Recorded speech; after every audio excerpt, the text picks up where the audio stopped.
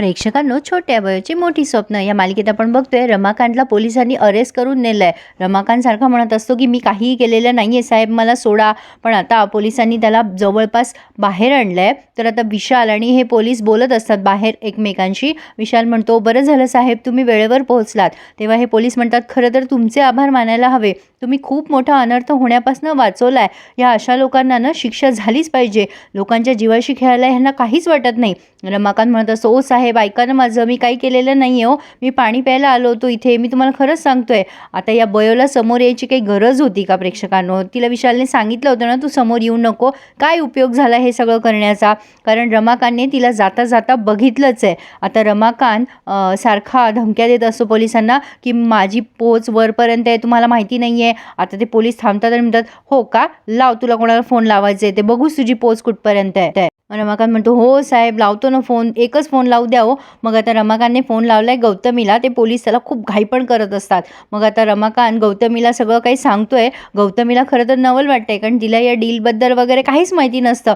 ती म्हणते, काय तुम्हाला अटक केली आहे? तर रमाकांतने तिला त्या पोलीस स्टेशनमध्ये बोलवलंय. गौतमी खूप वैतागलेली असते, पण गौतमीच्या चेहऱ्यावरनं सुमनला कळलंय की रमाकांतला अटक झाली आहे. ती म्हणत असते, देवा रवळनाथा आता तरी यांना सद्बुद्धी दे. पण आता इकडे ही बयो ह्या पप्याला भेटली आहे आणि तिला थँक्यू म्हणते. पप्या म्हणतो, तुला म्हटलं होतं ना मी उतणार नाही, मातणार नाही, घेतला वसा टाकणार नाही.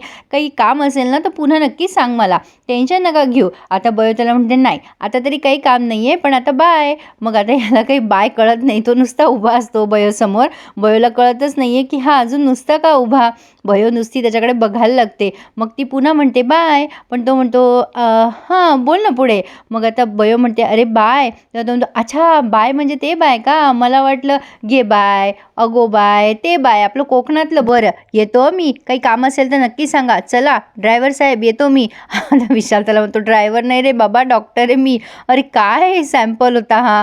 आता बयो म्हणते, पप्पू दादापेक्षा हा पप्या भाई भारी होता ना. विशाल म्हणतो, खरंच ही माणसं तुझ्यासाठी येऊन उभी राहतात ग, मला कौतुक वाटतं सरस्वती तुझं. बयो म्हणते, ही सगळी रवळनाथांचीच कृपा आहे. विशाल म्हणतो, हो पण बरं झालं त्या रमाकांतला शिक्षा मिळाली ते. आता बयो म्हणते, सर किती झालं तरी ते माझे काका आहेत. खरं तर सुमन आत्यासाठी मला खूप वाईट वाटतंय, पण त्यांना त्यांच्या या पापाची शिक्षा मिळायलाच हवी होती. आणि विशाल सर तुम्ही टेन्शन घेऊ नका, त्यांना बाबासमोर काहीच म्हणता येणार नाही की मी हे केलंय म्हणून. विशाल म्हणतो, ठीक आहे. मग आता बयो म्हणते, चला उशीर होतोय मला, मी निघते. विशाल म्हणतो, हो चल सोबतच जाऊयात.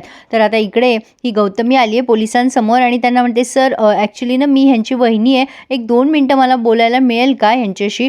आधी पोलिसांना वाटतं ही वकील वगैरे की काय, मग ती म्हणते, नाही नाही मी यांची वहिनी आहे. आता ती बाजूला नेते रमाकांतला आणि विचारते की हा घोळ कसा काय घातलाय. आता रमाकांत म्हणतो, वहिनींनो अहो मी तुम्हाला डीलबद्दल सांगणार होतो, म्हणजे खरंच सांगणार होतो, सगळं काही व्यवस्थित चाललं होतं, पण नेमके पोलिसांनी तिथे धाड घातली. गौतमी म्हणते, पण कसं काय कळलंय पोलिसांना हे सगळं. मग रमाकांत म्हणतो, त्या विशालने आणि बयोने मिळून केलंय हे सगळं. हे ऐकल्यानंतर गौतमीच्या पायाखालची जमीन सरकली आहे. ती म्हणते, काय, पण त्या दोघांना कसं काय कळलं हे सगळं. पण तेवढ्यात ते पोलीस येतात आणि म्हणतात, चला पुष्कळ झाला टाइमपास आता, आणि रमाकांतला घेऊन जातात. आता गौतमीचा संताप होतोय. इकडे हेतल आणि अंकिता भांडत असतात. मेकअप करण्यासाठी एकच आरसा असतो ना. अंकिता हेतलला लोटून देते. हेतल म्हणते, हे ध्यान माझ्याच नशिबी यायचं होते का. तर आता अंकिता म्हणते, अगं इरा उद्या व्हॅलेंटाईन डे, तुझ्यासारख्या प्रेमात बुडलेल्या लोकांसाठीच हा खास दिवस असतो, काही प्लॅनिंग वगैरे केलंयस की नाही तू.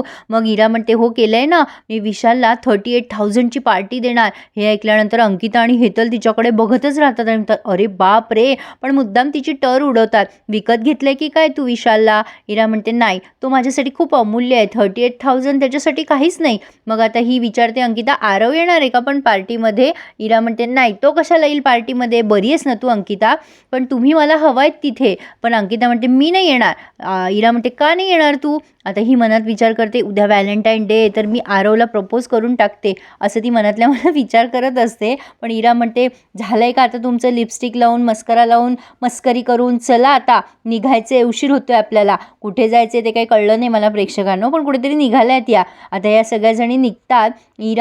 अंकिता आणि हेतल पुढे जातात. तेवढ्यात बयो येते. आता मला असं वाटतं हे बहुधा त्यांनी मोकल काकूचं घर आहे असं दाखवलंय, पण इकडे आता दुष्यंत आलाय आणि दुष्यंत आणि गौतमी भेटले. दुष्यंत खूप चिडलेला असतो गौतमीवर.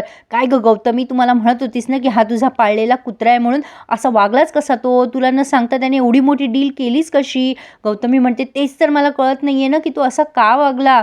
तर आता दुष्यंत म्हणतो, तू तिकडे गेलीस कशाला? अगं आपण हायलाईट झालो तर कळते का तुला? सगळं संपून जाईल.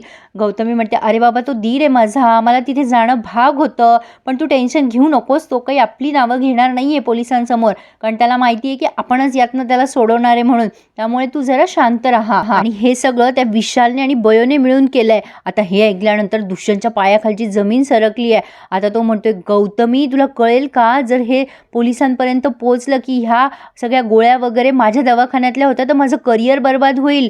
गौतमी म्हणते, अरे बाबा हे मला माहिती आहे, तुला माहिती आहे, पोलिसांना कसं माहिती, आणि रमाकांत नाही सांगणार, तू टेन्शन घेऊ नकोस. पण दुष्यंतला मात्र चांगलंच टेन्शन आलं आहे. आता ही इरा अवघाचंच बयोशी डोकं लावत असते, काय गये बरी आहे ना तुझी तब्येत? तेवढ्यात शुभंकरांचा फोन येतो आणि ती म्हणते की फोन स्पीकरवर टाकते आणि म्हणते, बोल बाबाशी. आता शुभंकर म्हणतात, काय गं सरू बाळा, बरी आहेस ना तू? तब्येत बरी आहे ना तुझी? आज येताना जरा तुझं आधार कार्ड घेऊन येशील का? आता इरा लगेच रागाने बघायला लागते बयोकडे. बयो पण टेन्शनमध्ये आली आहे. ती म्हणते, कुठे ठेवलं आहे ते मला माहिती नाही आहे डॉक्टर, म्हणजे मी शोधेल तसं.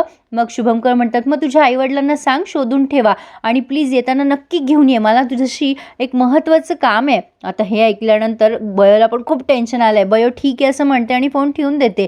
आता इरा बयोकडे रागाने बघते आणि तिला म्हणते, तू आमच्या आयुष्यात आलीस कशाला?